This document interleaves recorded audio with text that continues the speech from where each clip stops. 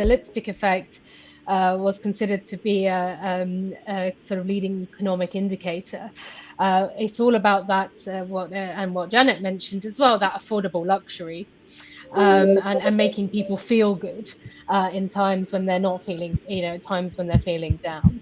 So it's on the flip side, you have the piano, which it's not just because it's obviously a highly expensive item, but it's actually it's related to home sales.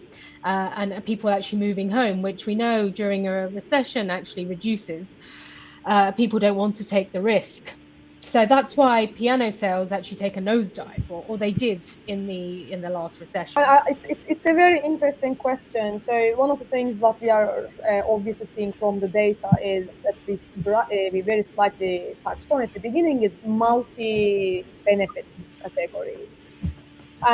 Why? Because it's a very smart way of saving money, right? Normally, I might have a different moisturizer and a sunscreen and a serum, and all of a sudden, that moisturizer, which is also a sunscreen, starts looking very good because I can actually like drop my spend to a third. So that's also a very smart way of avoiding very deep discounts for the consumers as well, like, and taking a massive hit on your bottom line, actually being able to keep the price point and keep the market share by introducing multiple benefits. But yeah, we would love to hear, Janet, Walt, from your perspective. Walt, if you wanted to start, what are some of the areas and categories you guys observe where it's resilient?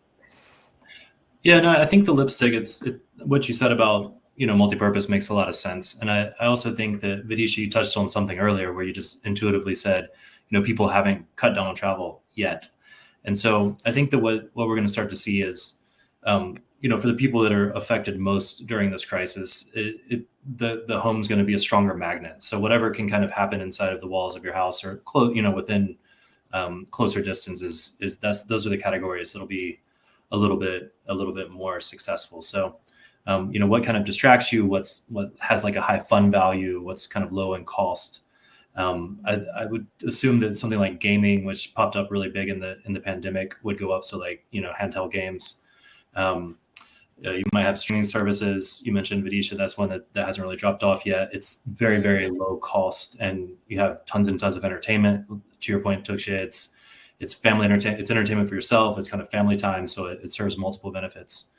And then I think things like do it yourself. So again, this is a multiple benefit. You kind of distract yourself while you're building whatever it is you want to build around the house. And then you have something when you're finished that you can use. So kind of staying in, doing projects like that. And then I feel like something like local travel, even staycations will probably pop up, and maybe you're not going to take that huge trip to that you've been planning. You'll just pause that one. So the categories associated with kind of being around your house, I think will be the big ones. This is what the picture is right now in terms of where people are prioritizing spend versus cutting spend. So it's not surprising that the essentials of groceries, fresh produce, personal hygiene and cleaning products are obviously being prioritized right now. The ones we're starting to see a bit of a dip in, though, we've put sort of it's beauty and alcohol.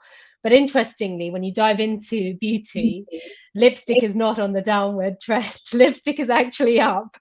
So that lipstick effect is actually being seen in our data. It's not on a chart, but we are seeing that in our data. So we are seeing a dip on beauty overall as a category, and alcohol too.